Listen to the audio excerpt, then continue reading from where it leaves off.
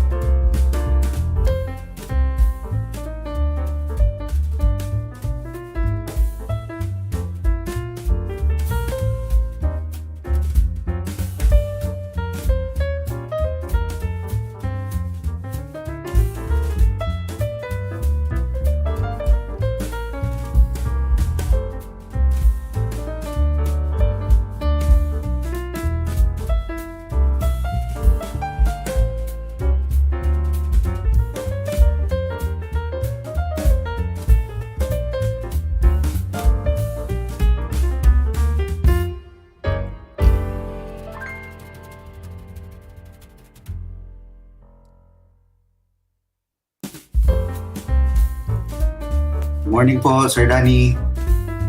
We'll just wait for everyone po, for those who just came in. Probably we'll start at 9:05 just to give everyone a chance to catch up.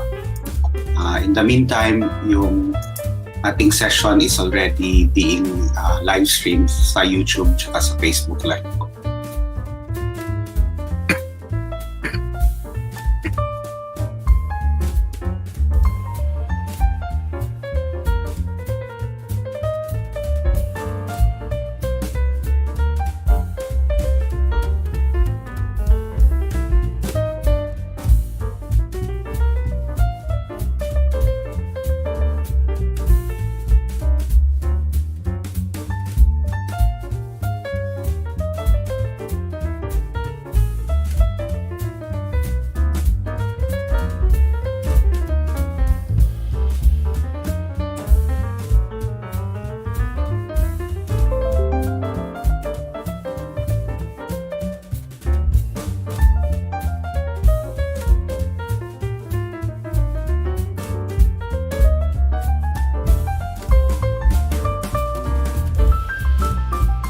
Sige.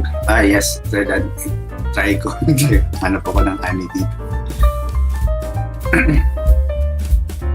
Dati na tinesting ko yung honey with with apple cider vinegar.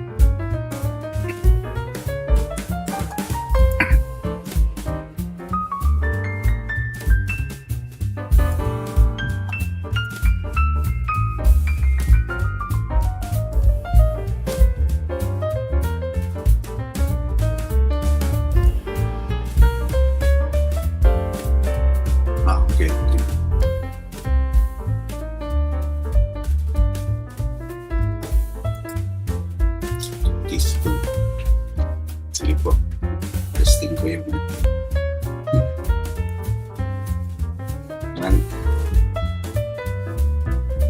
madagdagan na yung aking ano dito sa gilid ng table.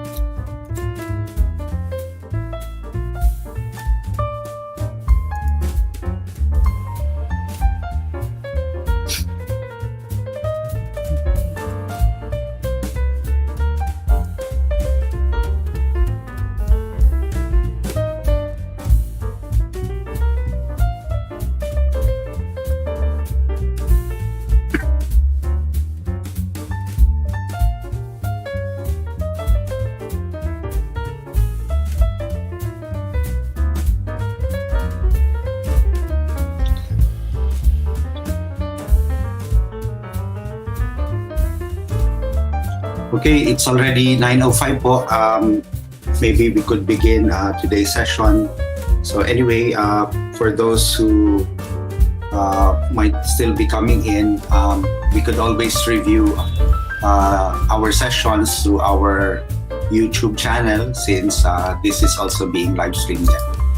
So for this morning session, we will look at how H5P could be used for assessments. We've already seen snippets of it dun sa pag-take po natin ng ibang mga H5P tools. No?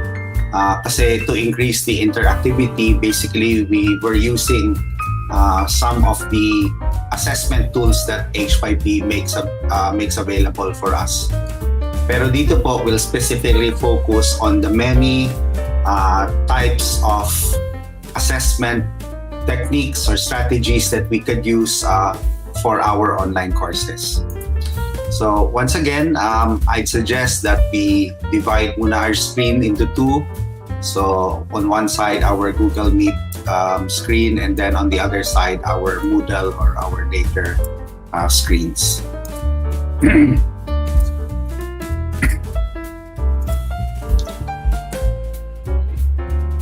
Sige po. So if you're ready, let's all log in to our Moodle site.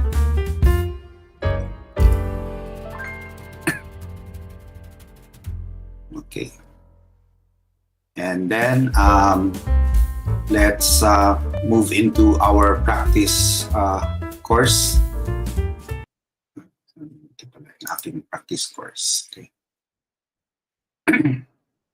So far, what we've done in the past sessions, we've seen how we could create interactive videos, how we could create course presentations, how we could create an interactive book, and how we could create branching scenarios using H5P. So at this point, what we will do is we will use H5P to create different types of assessments. So, kung po tayo, let me just work on turn editing on again. And then move to that part that you want to include. And then let's choose interactive content. So we begin with that. Okay, so if you've taken the time to scroll through the many tools that H5P provides, marami na po talagang mga ano dito, mga pwedeng gawin. Here I am trying to update some of them. Okay, so last time in our session on creating interactive books, gumamit po tayo ng accordion, gumamit tayo ng course presentation, gumamit din tayo ng mga simple multiple choice questions. So let's start first with this very simple assessment tools. Start po tayo with something that we are most familiar with. Basically, in creating a simple multiple choice question. So dito po tayo, you can either search for that multiple choice. Okay. So dito po tayo magsimula sa multiple choice na question. And then just click that. Okay, nakagad ako dyan. Okay. And then let's provide a title, no? Exercise multiple choice. Okay. Now, you could, as an option, provide either an image or video for your multiple choice question.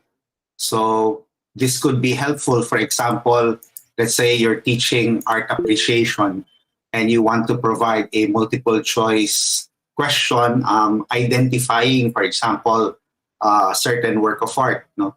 So you can have an image or a video of that, and then you can ask students about it. No? So this is how this particular option can be useful. But perhaps for many of us, usually multiple choice questions natin are text-based. No? So we could just make use of this text editor here. So for our multiple choice question, gawa lang po tayo ng sample dyan na ano. Okay. So gawa tayo ulit ng sample ng multiple choice question. Okay. Let's say the Philippines. Hindi ako na lang. Yung speaks. Hindi ako familiar ng iba. Okay, multiple choice question. Okay. The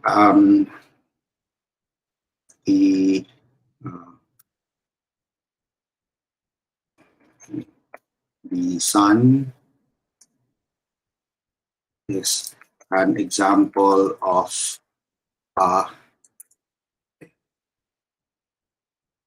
and then you can put here planet, asteroid, and add another option, moon, Earth. So there we place the question, and then of course you can format it in many ways. You can, parang increase the size by using the paragraph formatting, okay? And you could use all the other formatting tools here as well. Okay. Now, for our purposes, simple lang siya na normal format. And then we could pick now ano yung tamang answer. So I'll put there star. So whichever is the correct answer, just tick the correct box. No? And then here, you can add additional items to increase, kumbaga, your instructor presence even through the assessment that you're provided. No? So you can put here, let's say, a message if the answer is selected, or a message if the answer is not selected. So, limbawa, if the answer is not selected, if the answer is selected, let me say, oh, correct. Okay.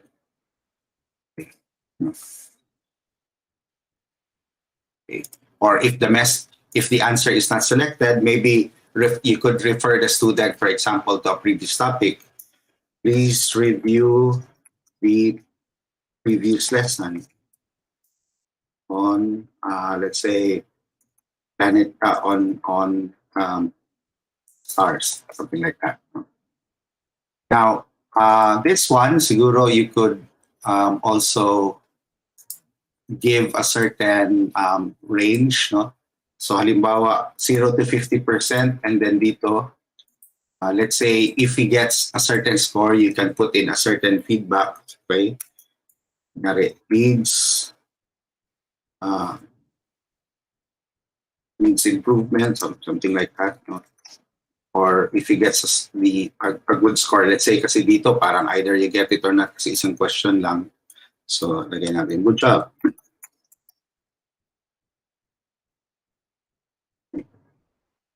Now, here are some additional settings which you might have already seen before. As I said last time, no, yung H5P talaga is best suited for formative assessments. No? Assessments which are actually low stakes or to the point that they're not even graded, but it's just to provide a certain exercise for students. However, if you want to turn this into an assessment which you can actually grade, pwede mong i-disable yung retry button. So ibig sabihin, one time lang talaga siya pwede mag-take nun. And then you could also disable the show solution button. No? So at the end of it lang nila makita. I mean, they won't know what the real answer is, but they will know because, parang if they get a wrong answer, then malamang hindi yun ang solution to it. You could also revise the look of the multiple choice question.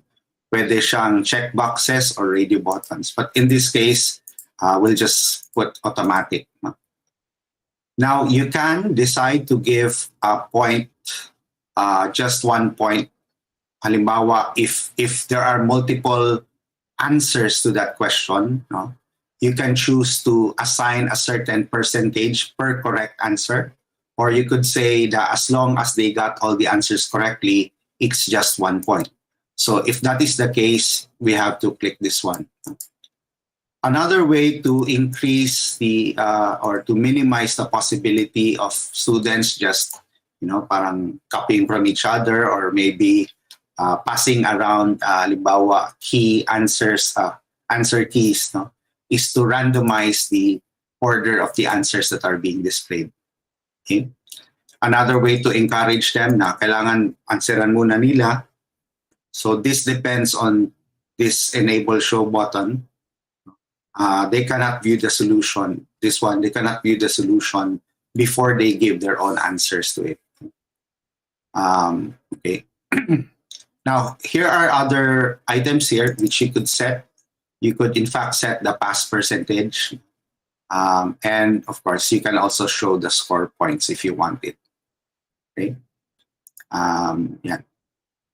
So ito, these are all mga ano pa, very elaborate settings, no? Kung kunyari you want to control up to the very last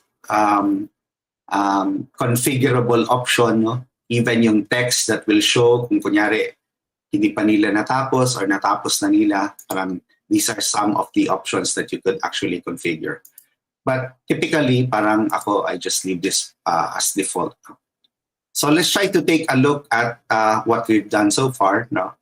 And then let's see parang how our settings would look like if this were to be implemented. So save and display.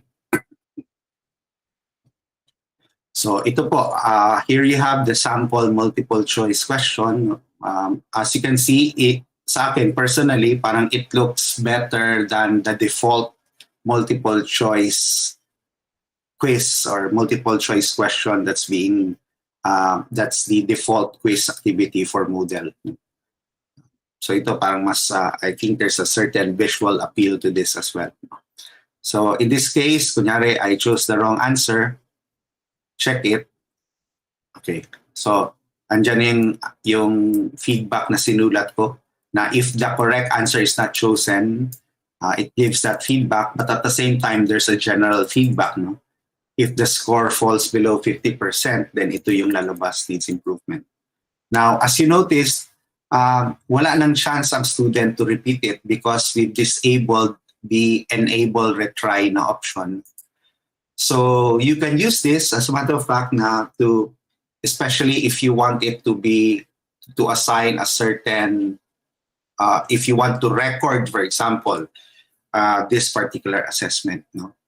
But if it's just a formative assessment, you can keep on looping this by enabling the retry button. So ito hindi ko na po ma-answeran. So might as well move to the next question. Now, let's edit it again and see parang, what happens if we reconfigure it. No? So as you can see, andyan po yung the questions that we have. This is the correct answer. As you notice, the options have been randomized as well. Now, supposing dito sa behavioral settings, sabihin ko na, okay, okay, I want to show the points for the answer. Tapos I will enable retry and enable the show solution button. Okay, so these are the settings that I've revised. Okay. And then I'll save and display. Let's take a look at the changes that happened to that multiple choice question. So let's say I picked asteroid, check. Okay, mali. Okay, and then please review the previous lesson of stars. So andyan yung kanina. I will show the solution. Okay, as you can see, meron pong nakalagay dyan na na-answeran. So yun po yung solution to this multiple choice question. So because I've been able to retry, I could retry this particular activity until I get it. No? And if I check, okay, great. So I receive the feedback if I answer the correct answer. I also receive a general feedback if I attain a certain score for this particular question. Okay. Now let's try to edit it again, and let's try to use a multiple choice question with several answers. No? Let's say so. Let's revise this question. And okay. Now, ang kwan po pala nitong multiple choice question, isang question lang ito dito. Mamaya yung gamitin natin kung gusto nating maraming multiple choice question, yung gagamitin po natin yung question set if we want to have several multiple choice questions. So, baguhin po natin yung question, identify the planets in the following choices. Okay. In the choices below. Okay. Posing lang yung question ko. So I will put in Earth. I'll put in Neptune. I'll put in Moon. I'll put in Phobos. Okay. So right now, because ang kwan dito, there are actually two correct answers in this in this multiple choice question. So I'll identify them correct, and then this one would also be correct, and then the rest incorrect answers. So at this point, makita po natin na dalawa dapat yung iti-take off niya na correct na answers. Now, if we take a look at the option, close natin to. Okay, take a look at the behavioral settings for this answer. We can now determine, halimbawa, okay, give one point for the whole task, or give 2 points for that for all the correct answers in that particular multiple choice. Tingnan po natin, kunyari, each correct item will earn the student a single point. So hindi natin to i-check itong option na to. Okay. Okay. Okay, hindi na natin nagay. Okay, so I will click Save and Display. So identify the planets in the choices below. Supposing mali ang akin na identify. Okay, both mali. So, okay. Okay, hindi ko na bago yung option yan kaya meron nakalagay na correct. Okay. So I'll retry it again. Let's say I get one correct answer. Sorry. I get one and then isang incorrect na answer. So let me check. Okay, so as you can see dito, bakit 0 over 2 ang nakalagay dito? No?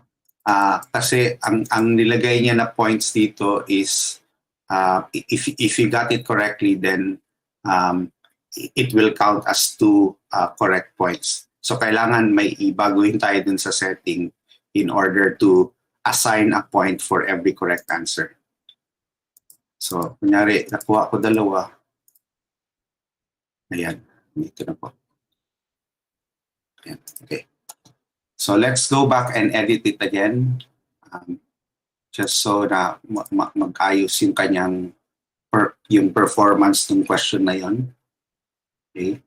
So, as you can see, meron akong find on na kapag pinili siya, dapat hindi siya maglagay ng feedback. Okay, let me erase this. Then let me erase this as well.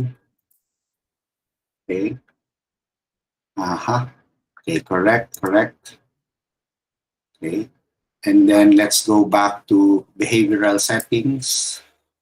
And then I say, for example, give 1 point for the whole task.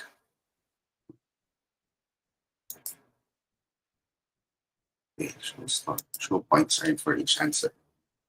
Tanggalin natin po.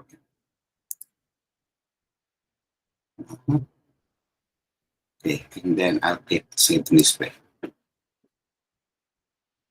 Okay, so let's say I click 1, So, may plus na agad na yan kung tama siya.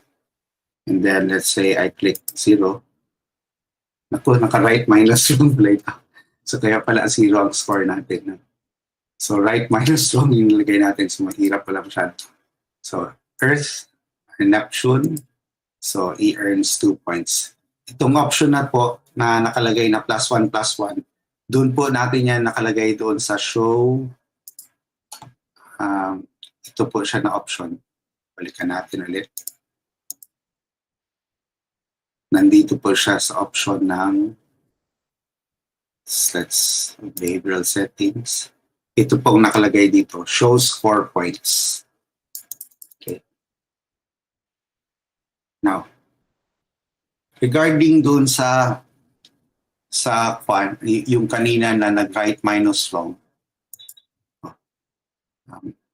I forgot kung saan yung setting na yon na na hindi niya i-credit ang right minus wrong. When I remember, I'll just put it there. So, ang ginawa niya bali dito is that each incorrect answer deducts a point from the multiple choice. No? For some of us, parang okay siya kasi alam mo yun, para hindi siya magbentot-bentot lang yung estudyante. But maybe for some of us, gusto naman natin to award partial points for it. I think, I don't know, I forgot kung saan dito yung supposedly dapat nandito sa behavioral settings yon. But maybe H5P does not allow for that kind of rating. Kasi ang ginagawa niya, yun nga, parang every wrong answer, if it's especially multiple answers to that question, nagma-1 siya for the student. Okay. So, fan po natin to. Okay. Save and display. Okay. Now, let's try to move to another sample assessment. At this time, let's create another interactive content. And then let's make something very simple, yung true or false na question. True. May update siya. Let me just update it first. Sorry. Interactive content. And then true or false. True. Else, let me just update it. Okay. It's been updated. I'll use this. Ito po yung pinakamadaling gawin na question. So we'll just put in an archiving index. No? Let's say EF1. And then the question, let's say AM means ante-meridian. So the correct answer, of course, here is false. Is true, I mean. So pag true or false answer, medyo madali lang siya i-build kasi ito lang, piliin mo lang talaga siya na hindi ka na mag-type ng true and false. And then, of course, you could, once again, tweak the settings here. So you can provide feedback if it's a correct answer or feedback if it's a wrong answer.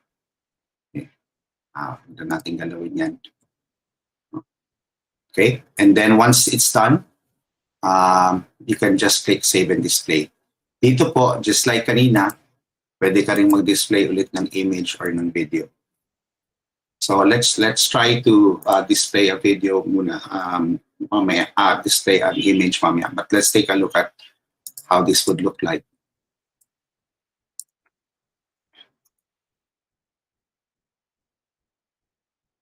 Okay. So AM means ante-meridian, true or false. So kunyari, I answered incorrectly. I check. Okay.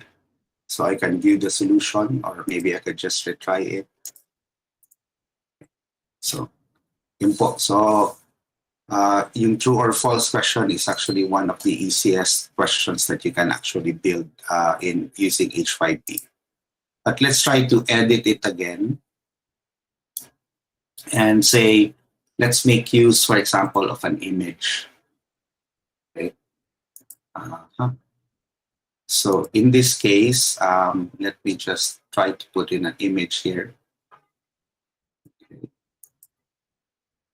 So dito po sa media, I will try to upload an image. Okay, and this will come out, as you can see.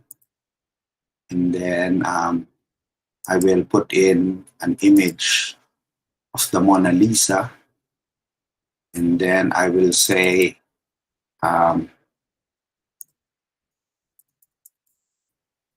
this is the this is Leonardo da Vinci's self-portrait.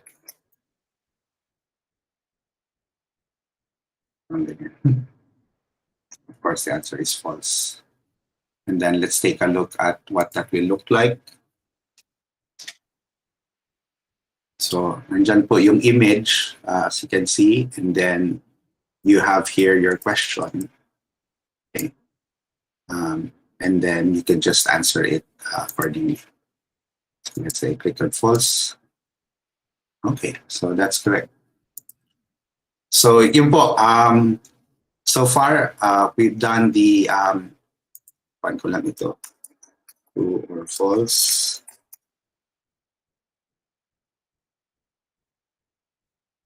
Or false question. Ito, multiple choice question. Edit ko lang po yung pangalan niya.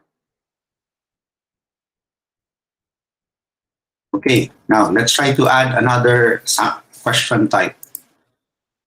Okay, interactive content again. And then, so we've used a multiple choice question, true or false question. Ano po bang pwede natin gawin dito na question? Let's use something more, a little more exciting siguro. Let's use a, ito pong ano, fill in the blanks. Ano ba yun? Ito po, fill in the blanks gamitin natin. Okay, so what it is, we all know what it is, no? You fill in the missing words in a text. Okay. So let's use this. Okay, let's put in the title, fill in the blanks, question. So here in the task description, all we have to do is to let's say let's try to use the default instruction here. Fill in the missing words. Okay, and then so one tayo. Let's see. Okay. Let's try to ano kunyari, this is possibly a literature task, and I'm asking students to memorize a certain speech. No? So I'll try to use, for example, the speech, the Gettysburg Address. No? Try natin yung the Gettysburg Address. So what we need to do here is yung gusto natin gawing blank doon sa fill in the blanks natin, it should be enclosed within 2 asterisks. So asterisk muna, tapos the word that should appear as a blank in your question, and then asterisk again para i-close yun. No? So let's see, let's try 4 scores 7 years ago. Ano yan? And 7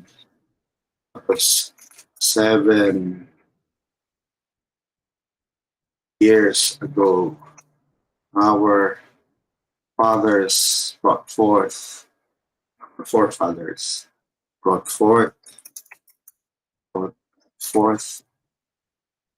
in this continent. A new, let's be natin, nation,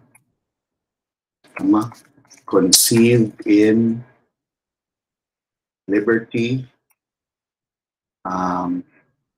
and dedicated to the proposition,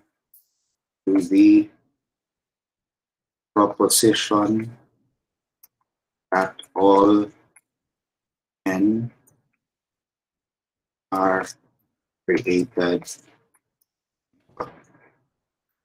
So as you can see, for this fill in the blanks, ito po yung magiging blank score, 7, nation, liberty, okay, proposition, men equal.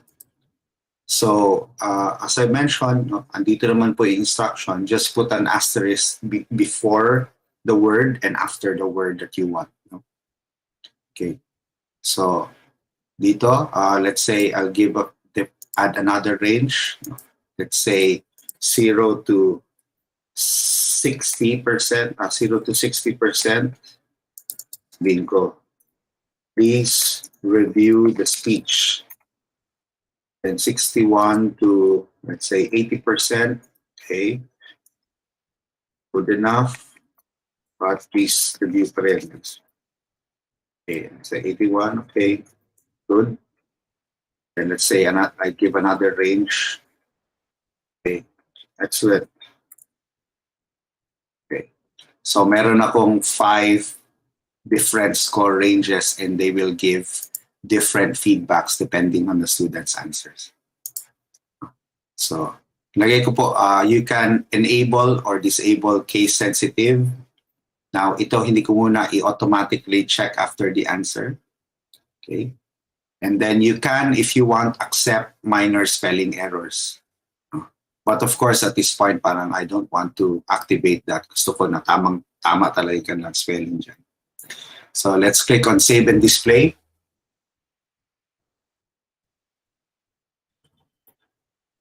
So ito na po yung missing words, yung fill in the blanks.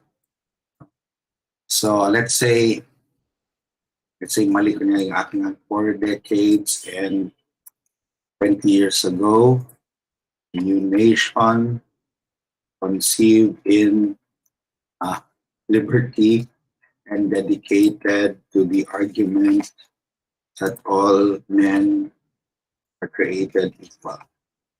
So, kunyari, I've already filled this up and then I will check it. So, ayan po. So, the ones that are correct, of course, are marked correct. Now, I could retry or I could choose show solution. So, if I choose show solution, ayan po, makita na ng student agad. Now, as I mentioned, you can, in fact, disable yung show solution, especially if you want to make this a more, I wouldn't really say make it more serious, but at least make it an assessment which will be graded talaga. Okay.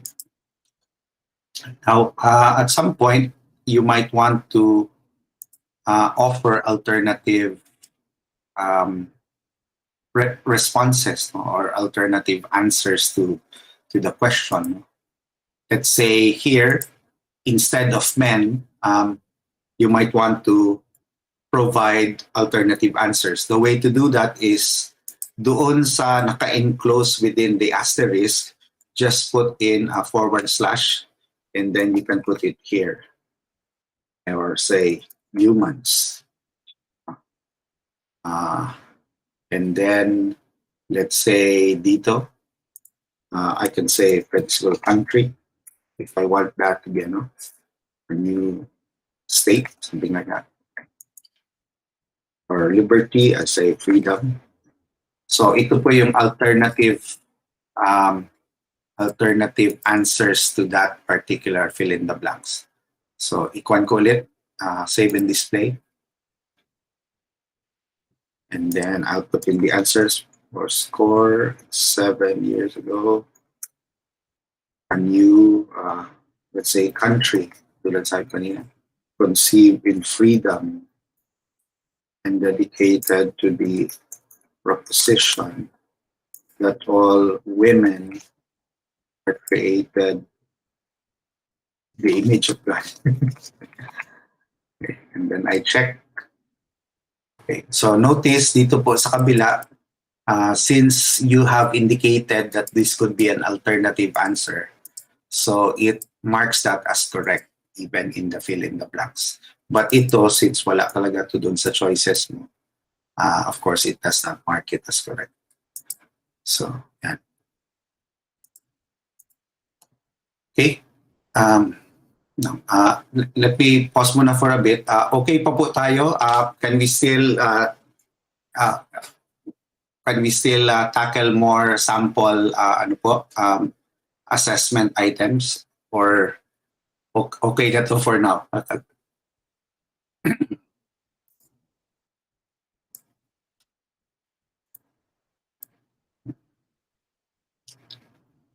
Hello po.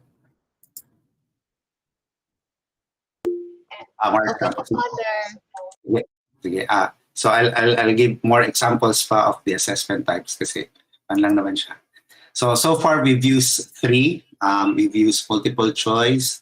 We've used true or false questions. We've used yung fill in the blanks. Let's tackle one more example. Isa pang example. So this time, let's try to take a look at what Moodle has to offer. Okay. So meron na po tayo yung kanina. Now, yung isa pong interesting dito yung, ito. Let me just, okay. Itong mark the words. So create a task where users highlight words. Sige. So gamitin po natin ito. Okay. So as you can see here, mark the words allows content designers to create textual expressions with a defined set of correct words. The end user highlights words according to the task description and is given a score. For the editor, it is super easy to create a click the words challenge. So halimbawa, you're teaching let's say a composition, a grammar class, and let's say ang gawin natin, gagawa tayo ng sentence, and the student has to identify the verbs in the sentence, and then so yun po yung gawin natin na sample na case type. So let's click on use. Okay. And then I'll put in a title. Mark the words sample. Okay. Now, yeah, yun pala. Gayahin na natin yun. Click and identify the verbs in the following sentences. For example, identify verbs by clicking on the word.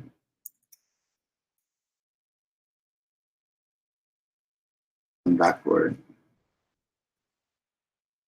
in the following sentence. Okay, so as you can see here, my instructions naman, so you won't really get lost. No? The correct words are marked with asterisk before and after, so almost the same then. Okay, so only words may be marked as correct, not phrases. Okay, so isang word lang talaga. So let's say the quick brown fox jumped over the lazy dog. Okay, and then I'll put another question. Ano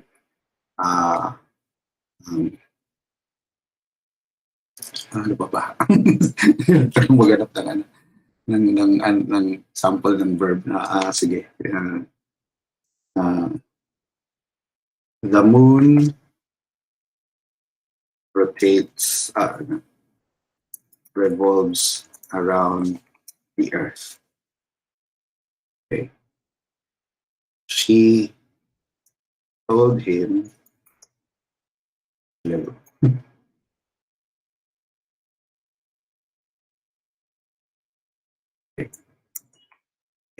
So now let's identify, for example, the verbs.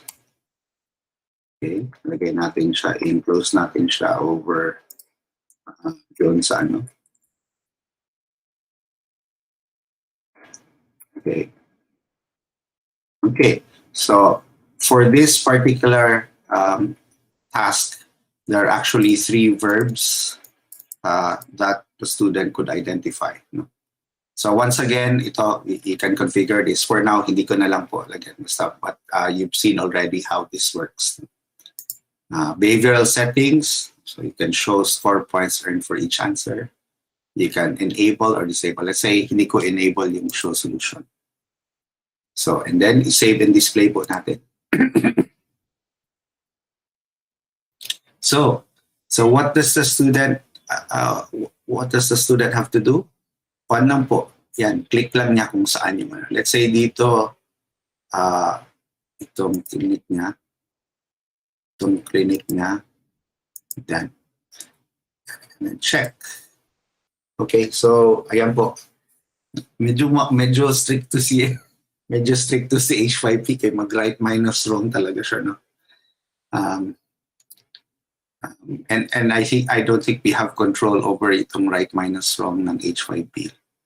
So I guess it really discourages yung parang just randomly picking out any answer. So I think that's good for some. So kunyari ito, if we got this correctly, yan. So 3/3. So dahil wala na siyang ano, nakuha na perfectly, there's no point to really retry it anymore because you already know the answer. Okay. So you could actually just alter this by depende sa kung anong gusto mo. You can have, let's say, identify the adjectives in this following part in this paragraph. So pwede din yan. Or pwede ka rin mong gamitin if you want to, let's say, write yung mga identify yung mga words na parang that make a sentence unclear. Pwede din ganon, no? So let's say ganon gawin natin, no? Identify the unnecessary words in the sentence. Okay. So let's say we have I don't know. So kunyari may dalawang ganyan. Unnecessary words over the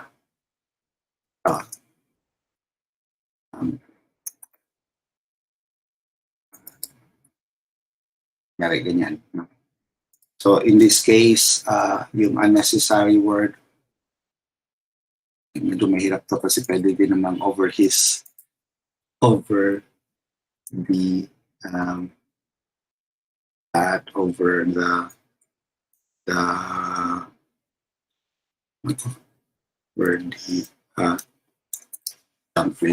ganyan.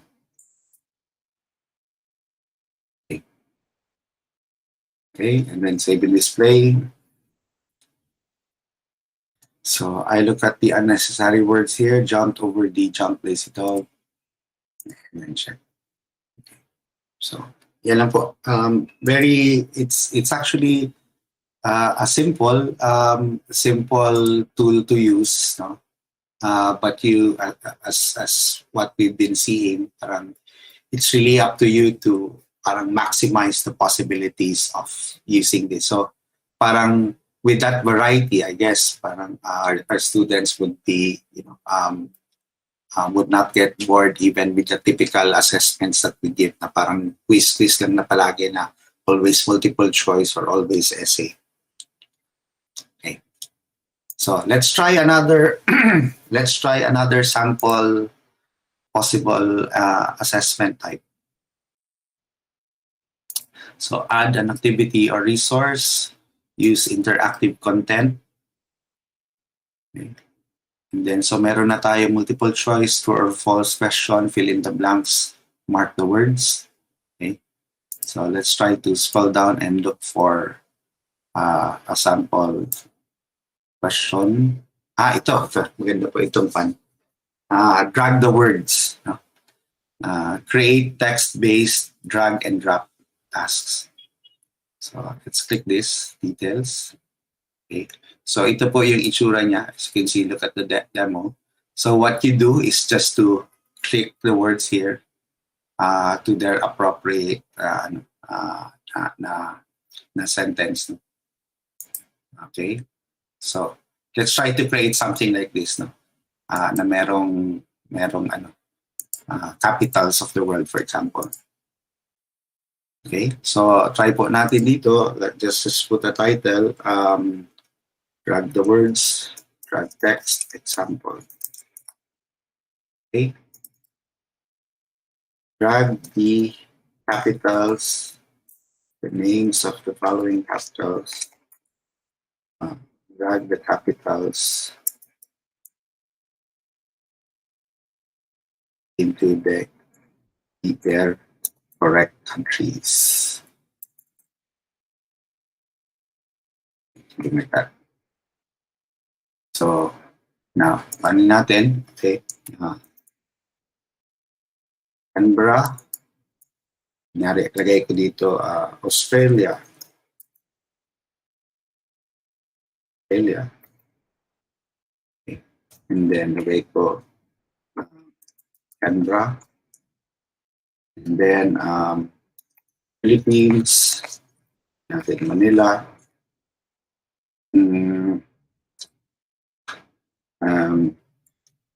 Japan, Tokyo, South Korea. Ang capital ng South Korea? Si Seoul.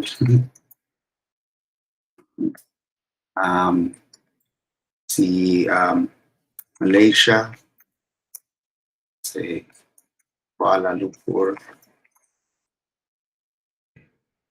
and then see Thailand, say Bangkok. Okay, so as you can see here, droppable words are added with an asterisk in front and behind of the correct word and phrase. So lagyan ko lang ng ganyan para mukhang maganda tingnan mamaya. Ilagyan ko lang po ito. So it could either be in sentence format or pwede din something like this.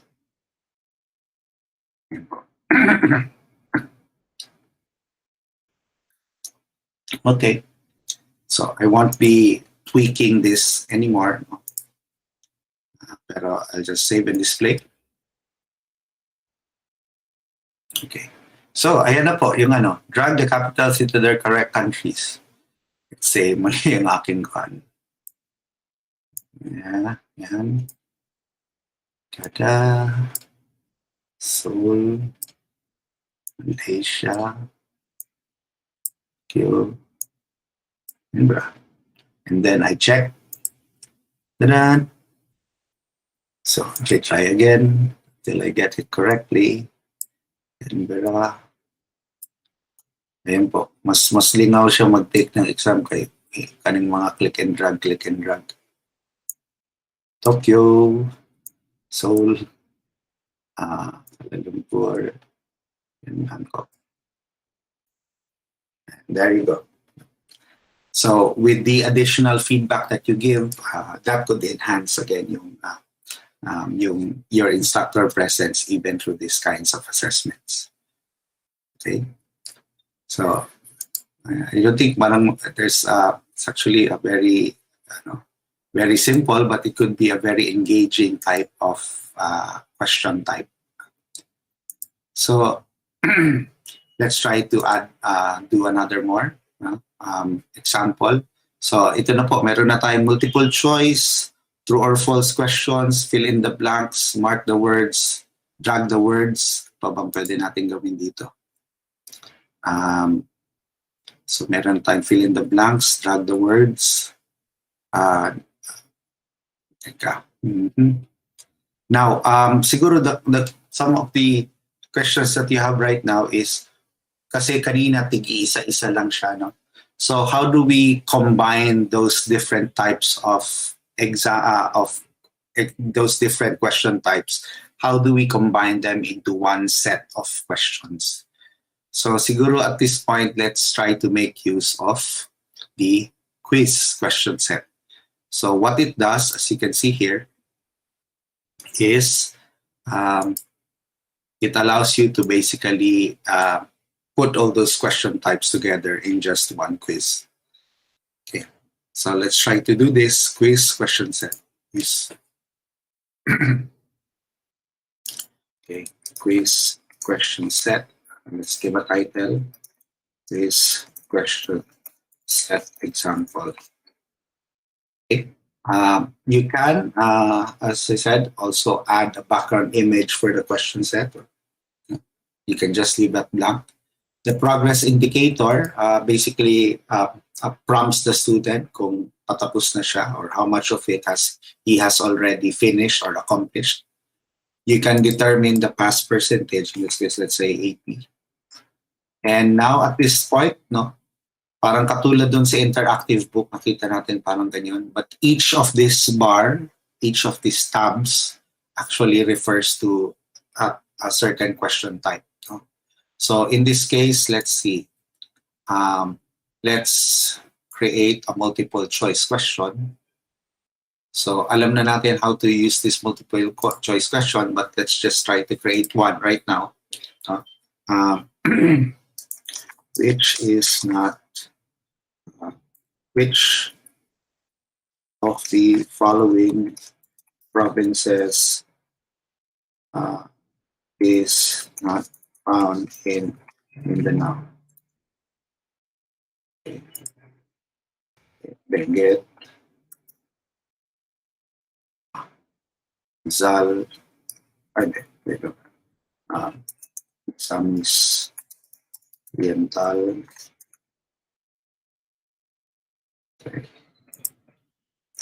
Cabayao Occidental.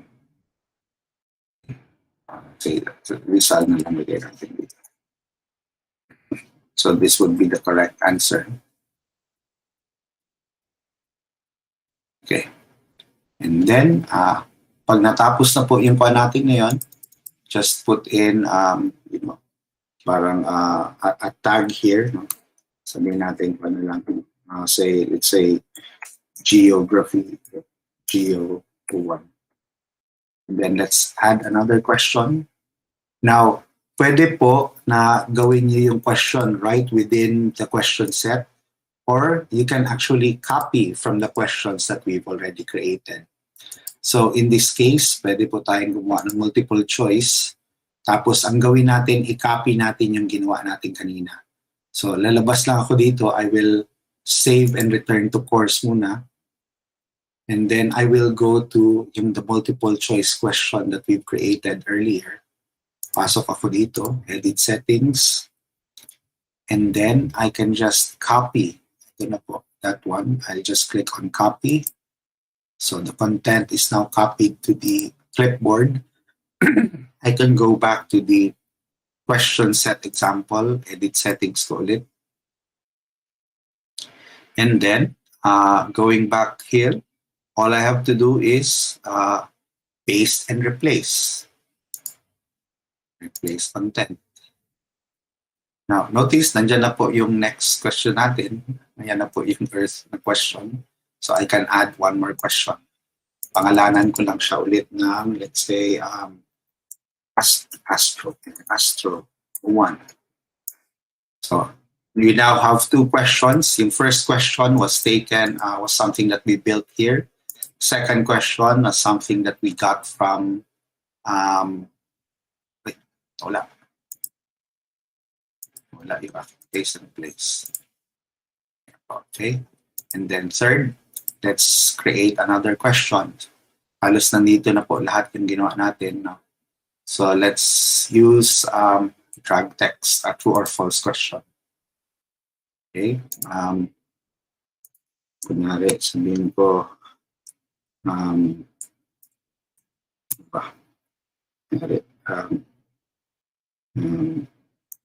Davao I'm sorry. Cabayao City is province. Okay, true or false, or false now. Okay, and then I will randomize the questions. Okay. So right now, what we've done, I'll just tag it para just for proper. Okay.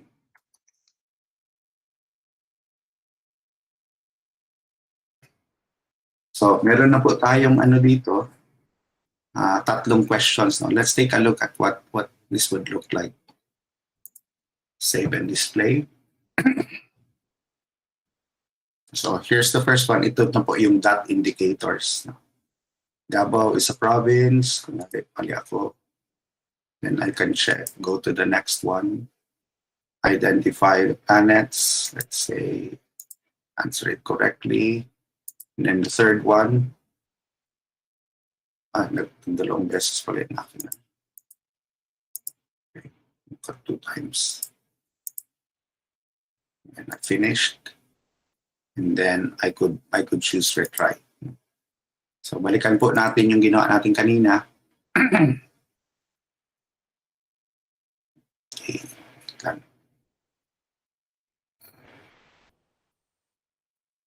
Okay, edit, and then edit settings. Okay, so let's see. Kaya multiple choice. Okay. Nagdalawa pala yung items na ginawa ko. Pareho lang. So let me just think that. So yun po, just add another question and just pick from the items here. Meron po tayo dito dalawa na hindi natin na-take pa, yung drag and drop. So let's try to create a drag and drop na question type. For some, baka it might not be applicable for you. Kaya itong drag and drop medyo a little bit, siguro, it's a slight complexity in terms of how to set it up. No? Pero this allows you to drag and drop images, no, to certain points, for example, in the screen. No? So, halimbawa, drag and drop. So the first one is if you want to have an image for that, pwede din.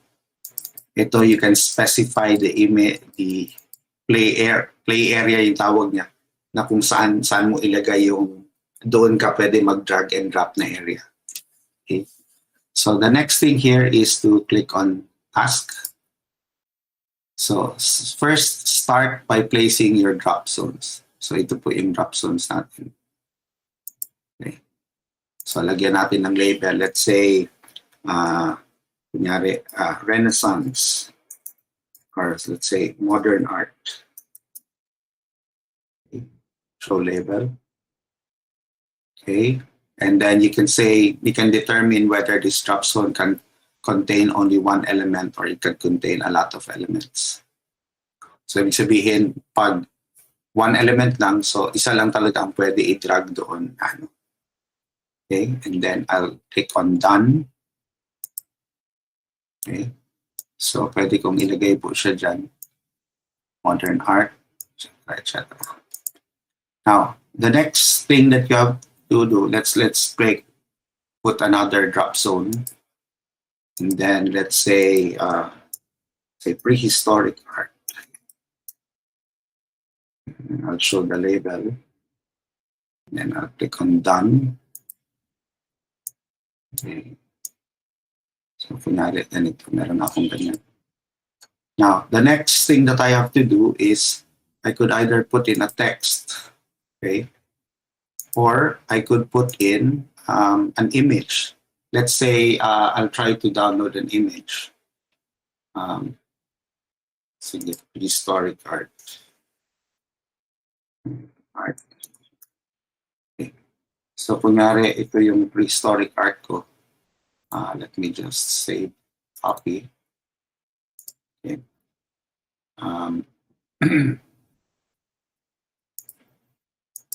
or let me just change this instead of modern art, let me say Renaissance art.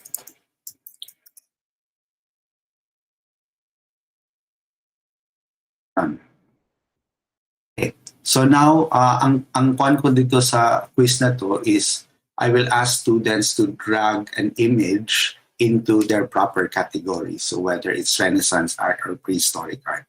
So I'll click on image and then I'll add an image. So yung kaninang image natin, halimbawa ng Mona Lisa, place it here. So the image is now there. Now I will select drop zones. Okay. So in this case, I will select all. So ibig sabihin, pwede niya i-drag to anything there. But later, we will try to determine which one would have to be the correct answer. So, but for now, he can actually drag it to any of those boxes. Okay. Okay. And then I'll click on done. Okay. Let me find. Okay. Mona Lisa. Done. All right. So there's the first image that I have here. Okay. Titin ko pa. Say ganyan. And then let me add another image, this time an image of prehistoric art. Okay. And then I'll say cave paintings. And then I will select all. Okay, done. Now, notice at this point, meron pong dalawang items. So I could actually put in as many images as I want here. But at this point, let me edit yung mga drop zones kanina. And now, after I have already laid out both the drop zones and the images, I can now edit this so that I could now check which one would be the correct answer. So in this case, in the Renaissance art, the image that would be correct would be itong cave paintings. So I'll select that. Done. And then for prehistoric art, I'll edit it again. Edit again. And I'll choose cave paintings for prehistoric art. For Renaissance art, I'll edit it. Ang correct image should be the Mona Lisa. Correct.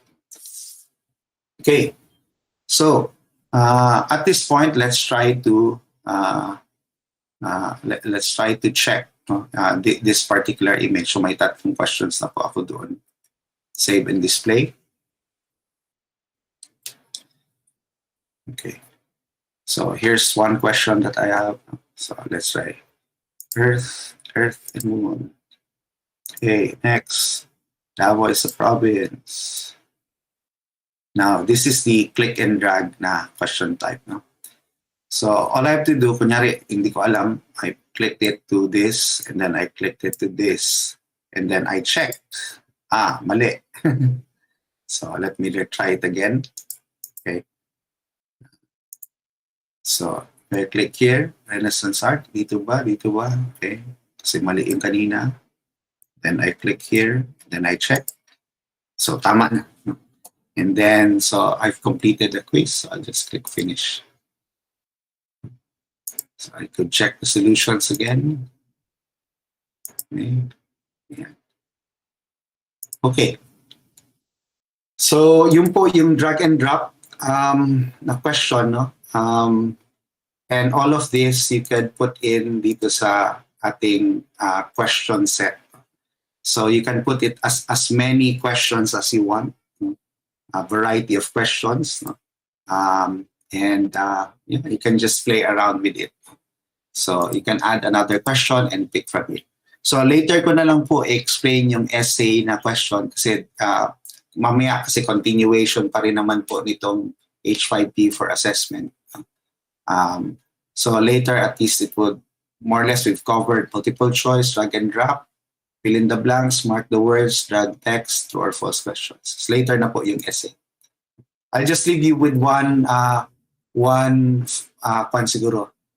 fun I don't know, you could play around with it parang as an assessment. So interactive content, this would be the last for this morning. Minsan gusto natin yung yung find the words, no?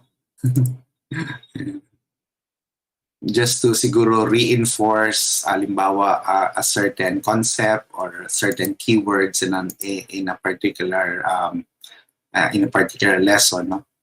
So pwede nating lagay na find the words. Find the words example. Okay. So yeah, identify the key concepts. Find the key concepts from our previous lesson. So here, dito ko po ilagay yung mga concepts na ko. So I can say, let's say, innately, assumptions, indigenous. So you can have as many numbers here as you want, as many words here as you want. No? Okay, and you just have to separate the words using a comma. So then you can just leave these orientations as blank, no? Kasi para i-randomize niya. You can say prefer overlap, no? And then don't show the vocabulary. Okay, and then enable show solution, okay, and enable retry. So save and display natin. So pwede mo pong gamitin actually siya na parang I just identify the words, no? Dito walang nakalagay. So kunyari, find the key concepts from our previous lesson. Kung kunyari, klaro naman yung key concepts doon, students can basically try to see ano ba dito, which of these words would make sense. Kasi kanina alam na natin yun, medyo mahirap pala hanapin yun, no? Pero let's say assumptions. Mahirap pala yung mahirap pala ganito kalaki, no? As ito, yeah, there you go. Assumptions.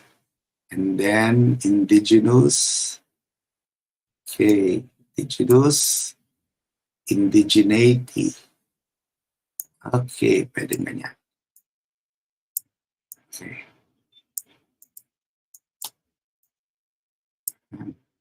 Okay, so yun po.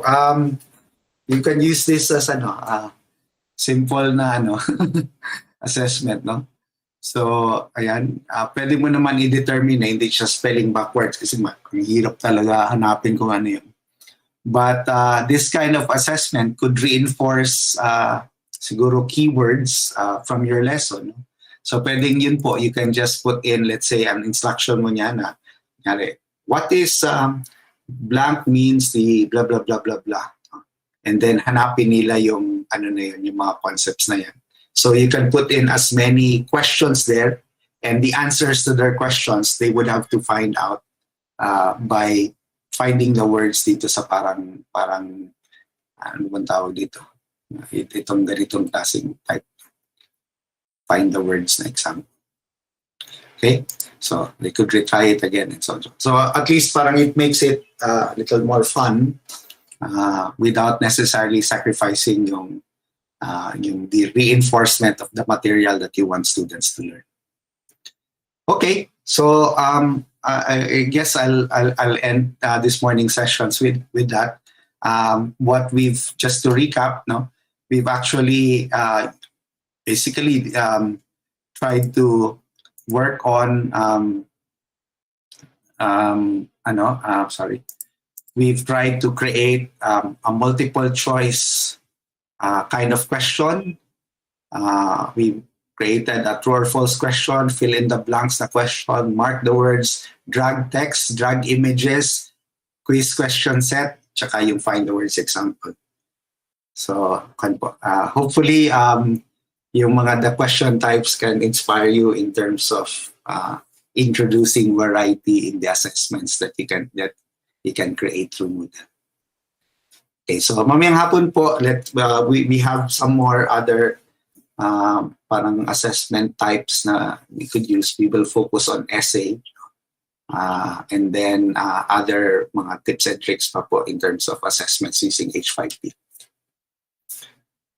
Okay, so Kwan po, good morning.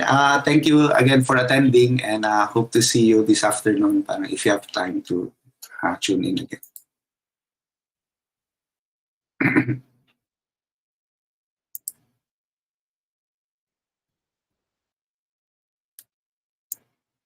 Thank you po. Thank you, Father. Thank you very much po. Bye-bye.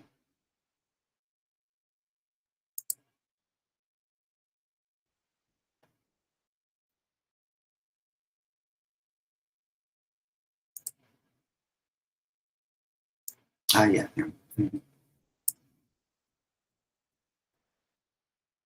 Okay, I will now end this session po. Bye-bye.